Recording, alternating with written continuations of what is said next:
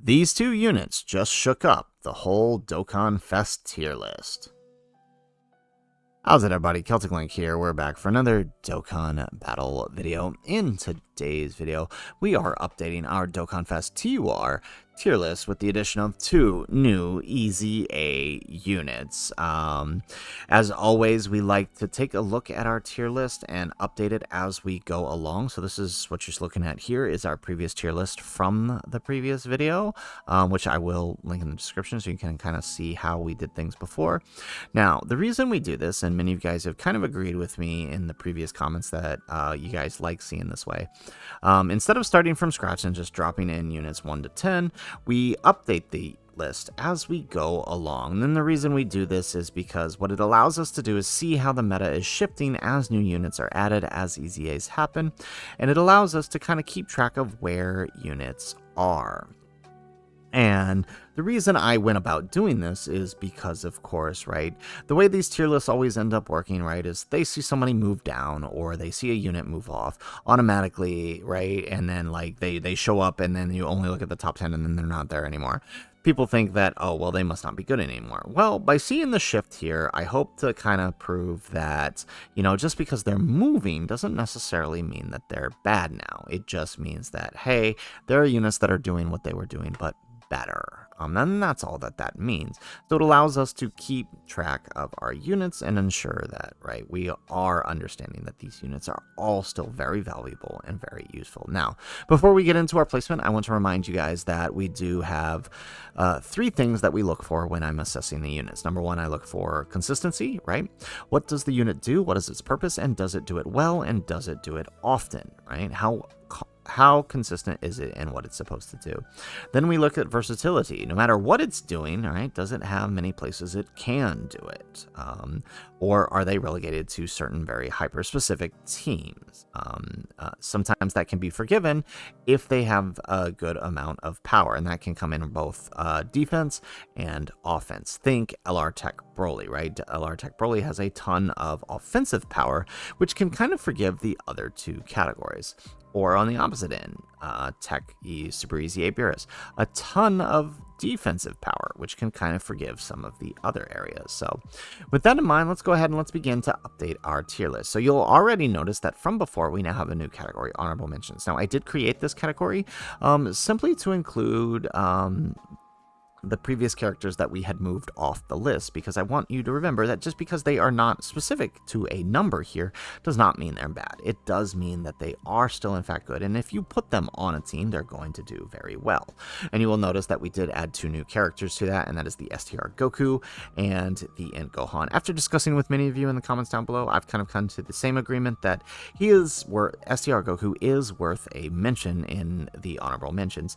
The buffs to BUU Saga, Accelerated Battle through Glorio and Daima Goku, and him just being an all-around good link partner for AGL3Q means he deserves a spot up here. The defensive support he gives when in standby, as well as the scouter, and of course the counter are very, very useful for especially for characters like AGL3Q and now the new Super Saiyan 3 Fizz Easy A.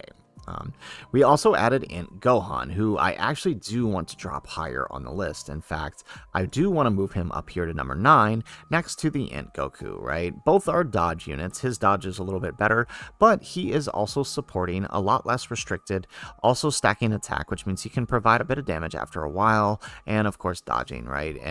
So he's just all around a very well-rounded character, and honestly, all right, I would probably put him on par with the Int Super Saiyan 3 Goku. So that kind of re-solidifies our list. Now, the question is, where do the 2 new EZAs fit in? The Fizz Goku and the STR Kid Buu. Well, let's start with Goku, right? Goku actually, I think, has a pretty safe spot at number 2 TUR. And I say that because, right, number 1, he is consistent. A lot of people are going to look at, his transformation condition, and say that, well, no, he's not. But I argue that you're going to see it more often than you don't, his transformation, right? Most of these bosses hit plenty hard enough that you will pretty consistently get out Super Saiyan 3, right? Second to that, right, his other, his other thing with consistency a lot of people will bring up on him is the additional supers, right? It is only a medium chance, but when you do proc them, right, you are increasing his defensive capabilities as well as, right, further offense as you continue on. Now, the thing about that is, right, it's a 50% chance, and he's launching up to 4 supers. Now, what does that mean? That means on any given time, you're launching around 3 supers more often than, or 2 supers more often than not. And the reality is most bosses can't survive more than 2 supers from him anyways. So it's not really that big of a deal currently. That might change in the future if bosses end up with more HP or greater damage reduction. That could change, but for now, right, the reality is you're probably never seeing more than 2 to 3 supers out of him anyways because the boss isn't living. That is how strong his power is, right? He is the Superclass version of LR Tech Broly, the EZA. Now, speaking on power, right, he has both power and he has consistency, right? The question of versatility. He is a Super Saiyan 2 Goku, which means he slots pretty much wherever Super Saiyan 2 Gokus are. He's on Battle of Fate. He's on Accelerated Battle. He's on a lot of great categories. He can pretty much slot almost anywhere a good Goku can slot. So he is versatile. He checks all 3 categories, and I think that does safely net him a spot in the number 2. Now, of course, what that means is our whole list now has to shift down. All right, so we're just going to go ahead and move everybody down here. All right, 1 down, 1 down, 1 down. Now, what does that do to our top 10, right? Our last 10, still good, are going to slot right into the honorable mentions category, all right? All being very, very good in their own right. Now, before we make any further adjustments by adding in the STR Kid BUU, although I think some of you already know where I'm going with this placement, I do want to make a few adjustments to the current list itself.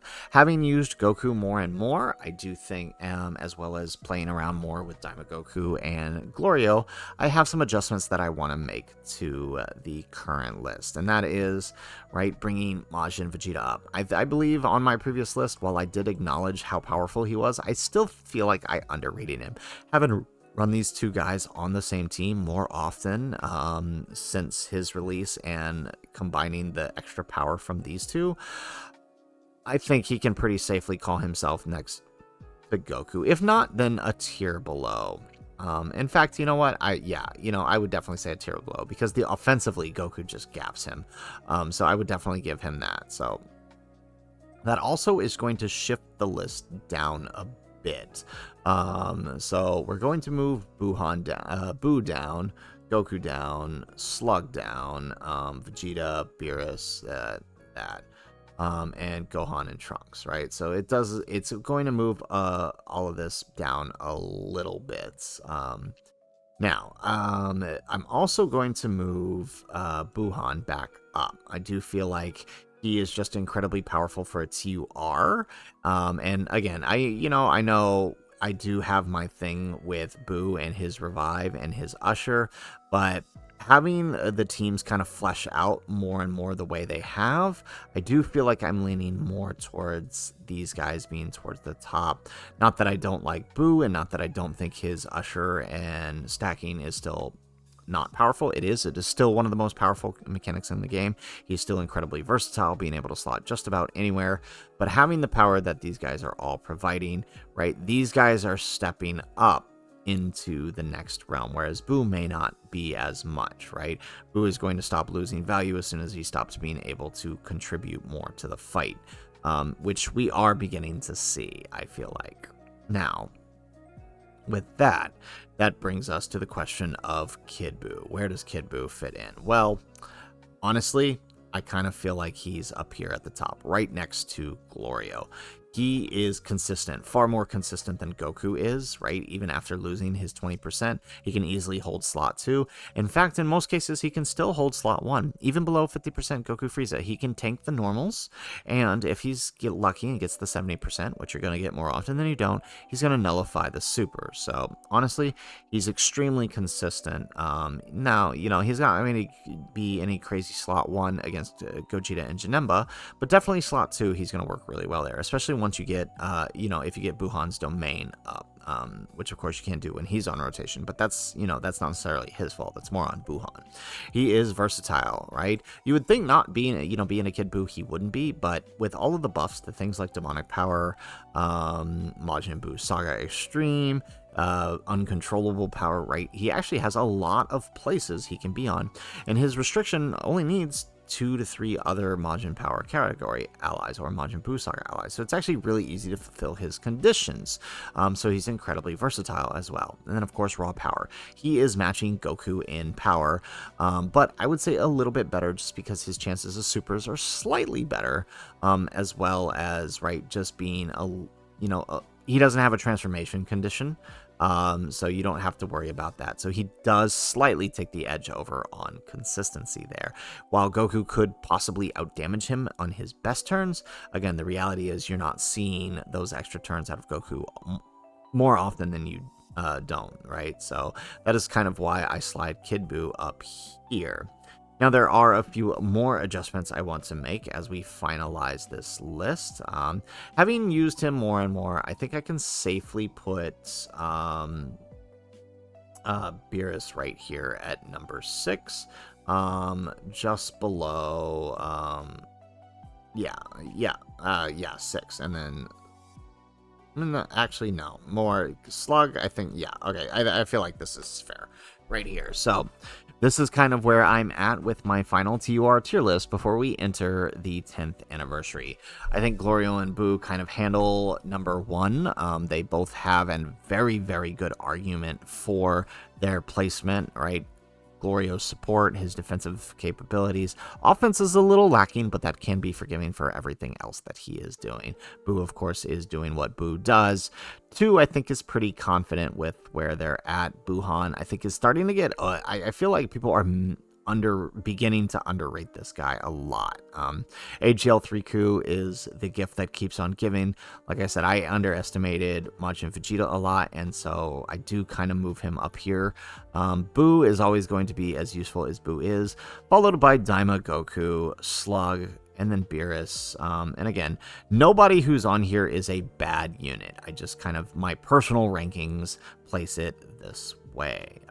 Followed by Vegeta after Beerus, Universe Tree Goku, still very good, and then of course our new number 10s with the Trunks, Goku, and Gohan.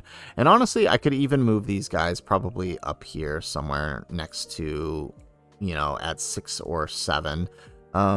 Maybe 8.